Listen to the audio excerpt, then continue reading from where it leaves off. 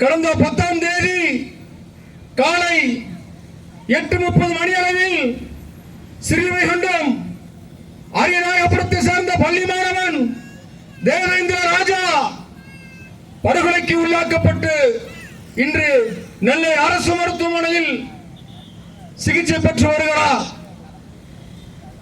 இங்கே கூடியிருக்கின்ற கட்சி நிர்வாகிகளுக்கு இந்த சம்பவம் தெரியும். ஆனால் தொலைதூரத்தில் இன்று கேட்டுக்கொண்டிருக்கின்ற எனது அருமை பெரியவர்களே சான்றோர்களே, உங்களுக்காகத்தான் இந்த ஆர்ப்பாட்டம்.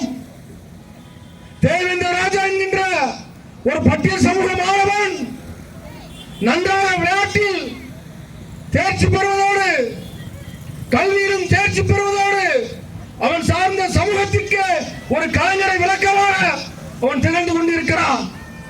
அந்த சூழலில் தன்னை ஒரு ஆதிக்க சாதி என்ற ஒரு மனப்பக்கத்தோடு இருந்து கொண்டிருக்கின்ற ஒரு குறிப்பிட்ட சமூகம் தேவேந்திர ராஜாவை படுகொலை செய்வதற்கு முற்படுகிறார்கள்.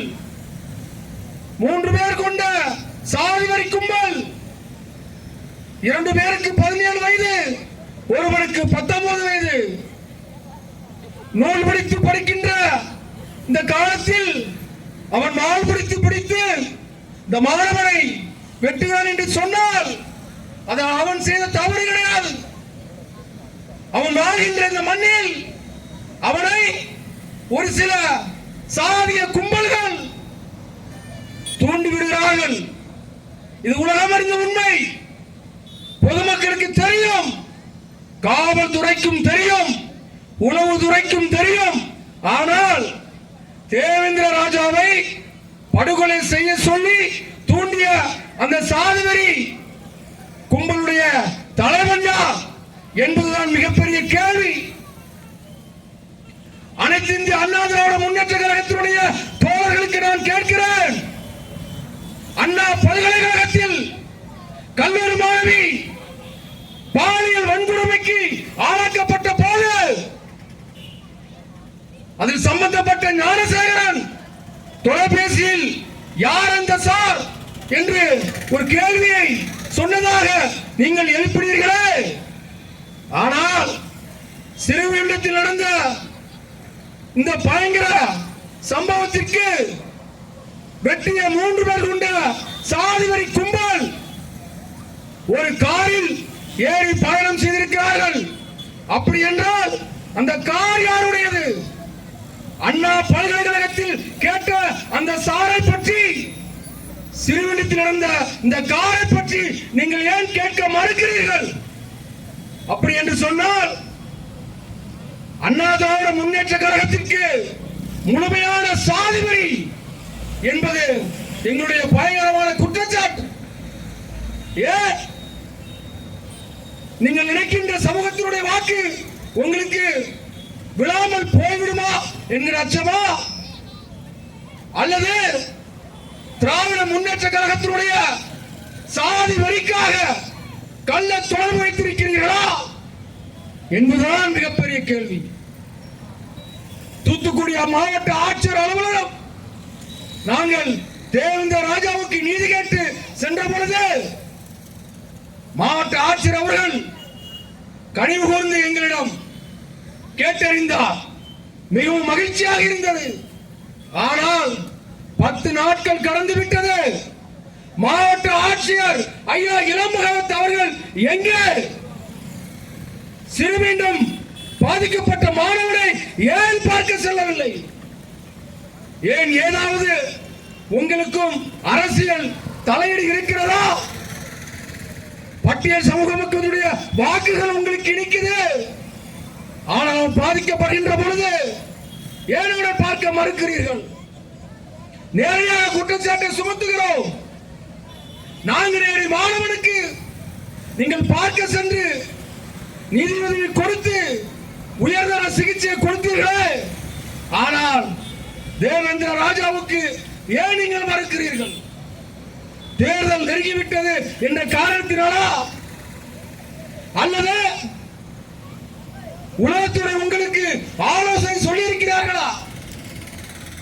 தேவேந்திர ராஜா வெட்டிய ஒரு சமூகத்தினுடைய வாக்குகள் ஸ்ரீவைகுண்டம் தொகுதியில் அதிகமாக இருக்கிறது. நீங்கள் பார்க்க செல்லாதீர்கள். பார்க்க சென்றால் அந்த சமூகத்துடைய வாக்குகள் உங்களுக்கு விழாது என்று உளவுத்துறை சொல்லி இருக்கிறீர்களா? அருமைக்குரிய எங்களது சகோதரி கீதா ஜீவனை பார்த்து கேட்கிறோம். அனிதா ராதாகிருஷ்ணனை பார்த்து கேட்கிறோம். கனிமொழி பார்த்து கேட்கிறோம். ஸ்ரீவைகுண்டம் தொகுதி சட்டமன்ற உறுப்பினர் அமரராஜா பார்த்து கேட்கிறோம். உங்களுக்கு எல்லாம் பட்டியலுடைய வாக்குகள் வேண்டும். ஆனால் பாதிக்கப்படுகின்ற பட்டியல சமூகத்தினுடைய அந்த மாணவனை பார்ப்பதற்கு உங்களுக்கு சாதி தடுக்கிறது என்பதால் எங்களுடைய குற்றச்சாட்டு. அப்படி என்றால் நீங்கள் வெளிப்படுத்தி விடுங்கள். பட்டியலின சமூக வாக்குகள் எங்களுக்கு வேண்டாம் என்று நீங்கள் டிக்ளேர் செய்து விடுங்கள். நாங்கள் பிரகடனப்படுத்துகிறோம், எங்களது வாக்குகள் உங்களுக்கும் நாங்கள் அள்ளி வீசப்படுவதில்லை என்று. விடுதலை சிறுத்தை கட்சியினுடைய தலைவர் எழுச்சி தமிழர், தியாக தமிழர் திருமாவளவன் அவர்கள் உடனடியாக களத்திற்கு சென்றார். அவரும் கூட்டில் அனுமதிக்கிறோம் என்ற காரணத்தினால் கோரிக்கைகளை வலுப்படுத்த முயற்சிக்கிறார். தமிழ்நாடு அரசு செவி கொடுக்க மறுக்கிறது. ஏன்? யாருக்கு நீங்கள் செவி கொடுப்பீர்கள்? முற்போக்கு சிந்தனையாளர்கள் அனைவரும் பார்க்க சொல்லுகிறார்களே, அவர்களும் கோரிக்கை வைக்கிறார்களே, தமிழ்நாடு அரசு செவி மறுக்கிறது. ஏன்? நீங்கள் தான் பதில் சொல்ல வேண்டும். தமிழக அமைச்சரவை கூட்டம் நடக்கிறது, தமிழக சட்டமன்ற கூட்டம் நடக்கிறது. ஆனால் பள்ளி மாணவருடைய உடம்பிலிருந்து ரத்தம் வடிந்து கொண்டிருக்கிறது. அந்த ரத்தத்தை துடைப்பதற்கு தமிழ்நாடு அரசு ஏன் முன்வரவில்லை? பள்ளி கல்வித்துறை தூங்குகிறதா? அன்பில் மகேஷ் அயர்ந்த தூக்கத்தில் இருக்கிறாரா என்பது எங்களுடைய கேள்வியாக இருக்கிறது. அன்பு சார்ந்த தோழர்களே, இதை பார்த்து கொண்டிருக்கின்ற என் அன்பு பெருமக்களே, நீங்கள் ஒரு கணம் சிந்தித்து பார்க்க வேண்டும். சாதி ஒழிய வேண்டும், சாதி ஒழிய வேண்டும் என்ற நோக்கத்திலே நாங்கள் வீதி வீதியாக கத்திக் கொண்டிருக்கிறோம். ஆனால் ஆர்எஸ்எஸ் பார்ப்பன கும்பல் சாதி வேண்டும் என்று சொல்லுகிறது. பாலியல் குற்றவாளி சீமான் குடிப்பெருமை வேண்டும் என்று சொல்லுகிறான். இவருடைய பேச்சுகள் எல்லாம் கேட்டு கேட்டு கேட்டு மாணவ செல்வங்கள் இன்று சாதி வெறியோடு அலைகிறார்களே. கைகளில் சாதி சம்பந்தப்பட்ட கயிறுகளை சுற்றுகிறார்களே, பணியன்களை இடுகிறார்களே, கட்சி கொடிகளை பிடிக்கிறார்களே. இதுதான் எங்களுக்கு வருத்தமாக இருக்கிறது. சுனிதா வில்லியம்ஸ் விண்கலத்தோடு செல்கிறார் பூமியை தாண்டி ஆராய்ச்சி செய்வதற்கு. ஆனால் நம்மை சார்ந்த மாணவர்கள் கையில் வாளோடும் அருவாளோடும் பிற சமூக மக்களை வெட்டுவதற்கு அலைந்து திரிகிறான். எங்கே போய் விடுவோம் என்கிற அச்சம் இருக்கிறது. தமிழ்நாடு அரசு நாங்கள் கோரிக்கை வைக்கிறோம். இது கவன ஈர்ப்பு ஆர்ப்பாட்டத்துடைய தலைப்பு. ஆனால் உங்களுக்கு கண்டனத்தை செய்யக்கூடிய சூழல் ஏற்பட்டுள்ளது. ஏனென்று சொன்னால் பட்டியல் சமூக மக்கள் மீது உங்களுக்கு அவ்வளவு அக்கறை ஏன்? பிற சாதி சார்ந்தவர் இதே போன்று தேவேந்திர ராஜாவுக்கு போன்று ஒரு சம்பவம் நடந்திருந்தால் நீங்கள் ஓடோடி சென்றிருப்பீர்களே. அப்படி என்றால் இன்னொரு சமூகத்துடைய உடம்பில் ஒரு ரத்தம் தேவேந்திர ராஜாவில் உடம்படுகிறது என்ன? அன்பு சார்ந்த பொதுமக்களே, தமிழ்நாடு அரசை பார்த்து கேள்வி எழுப்புங்கள். நாளைக்கு உங்களுடைய பிள்ளைக்கும் இது வரும், இது நடக்கும். ஆனால் தமிழ்நாடு அரசு அப்பொழுதும் கை கட்டி கொண்டுதான் நிற்கும். நாமும் வேர்க்கு பார்த்து கொண்டுதான் இருப்போம்.